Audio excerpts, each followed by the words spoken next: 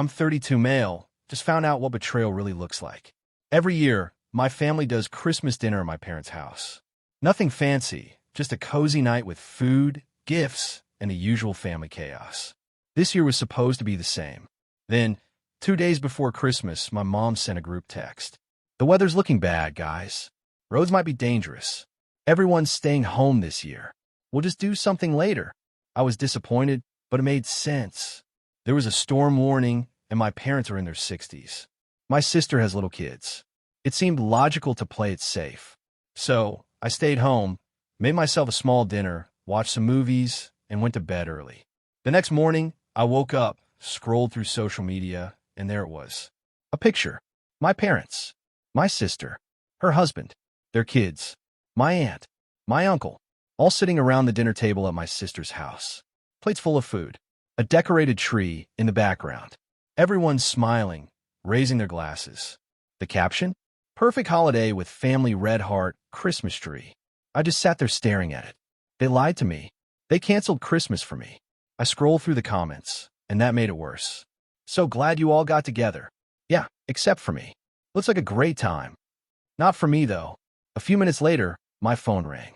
My mom. I let it go to voicemail. Then another call. Then a text. Hey, sweetie. Hope you had a nice Christmas. The roads weren't as bad as we thought, so we just did something small at your sister's. We missed you. I just sat there, gripping my phone so hard my fingers hurt. Missed me? If they missed me, they could have picked up the phone. They could have sent a message. They could have invited me. But no, they let me sit alone in my apartment while they had their perfect holiday. I wasn't about to let this slide. So I called my sister. She picked up after a couple of rings, sounding way too cheerful. Hey, Merry Christmas. I didn't bother with pleasantries. You guys really just decided to cut me out of Christmas, huh? A pause, then a nervous laugh. What? No. Mom said you weren't coming because of the storm. Bull. I exhaled sharply. Mom told me Christmas was canceled for everyone. Then I wake up and see a picture of you all having dinner without me. Another pause. Longer this time. Finally, she sighed. Look, it was kind of last minute. We didn't think you'd want to drive all the way out here. I have snow tires. And Mom said you'd probably rather stay home anyway. Did she now? I could hear the guilt creeping into her voice. We didn't mean to hurt your feelings, okay? It wasn't personal. I let out a humorless laugh. Not personal.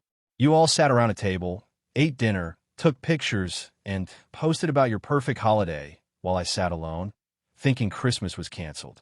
How is that not personal? She groaned. Fine, you want to know the truth? Yeah, that'd be great. Mom and Dad didn't want any drama. That threw me. Drama? What drama? She hesitated. Then she said something that nearly made me throw my phone across the room. They didn't want to deal with you bringing your attitude to dinner. I blinked. My attitude? You know how you are. You always have something to say, and Mom didn't want to deal with it. Dad either. I couldn't believe what I was hearing. So, let me get this straight. I'm such a problem that instead of talking to me, you all just decided to lie and cut me out of Christmas. Mom just wanted a peaceful night. Okay? You can be intense sometimes. I gritted my teeth, right? So instead of being adults and having a conversation, you all decided to ghost me and pretend it was the weather. Please don't make this a big deal. I hung up. I needed a minute. I needed to breathe. But one thing was clear. They didn't just forget me. They deliberately removed me. Because I'm too much. Because I have opinions. Because I don't just sit there and nod along like a puppet. Fine. If they wanted to play games, I'd play too. And I'd win. First, I screenshotted the Christmas dinner post, along with my mom's text about how everyone was staying home. Then I posted it to the family group chat with just one sentence. Just so we're all clear, Christmas wasn't canceled. I was just uninvited. Good to know. Within minutes, my phone started blowing up. Mom, sweetie, you're overreacting. It wasn't like that. Dad, let's not make this a thing. It was last minute. Sister, are you seriously putting this in the group chat? Aunt, wait, why wasn't he invited? Uncle, yeah, what the heck? That's messed up. And that's when I knew I'd hit a nerve. See, my family loves to control the narrative. They thrive on making themselves look like the perfect, wholesome group. But now everyone could see the cracks. Then Mom called. You're being ridiculous. No, you were ridiculous when you all sat down to Christmas dinner and decided I didn't deserve a seat at the table. It wasn't like that. Then explain it to me. She hesitated. I didn't think you'd want to come. You always bring up things at dinner, and your father didn't want to argue. There was again, the attitude thing. You mean when I called out Dad for making that awful joke at Thanksgiving? Or when I said it was messed up that you make passive-aggressive comments about my job? You don't know when to let things go, she snapped. I laughed, right? Because calling out nonsense makes me the problem. Got it. She sighed. Look, I'll make it up to you. Let's do a dinner next week, just you and me. Okay. No, that's not how this works. Then what do you want? I smiled.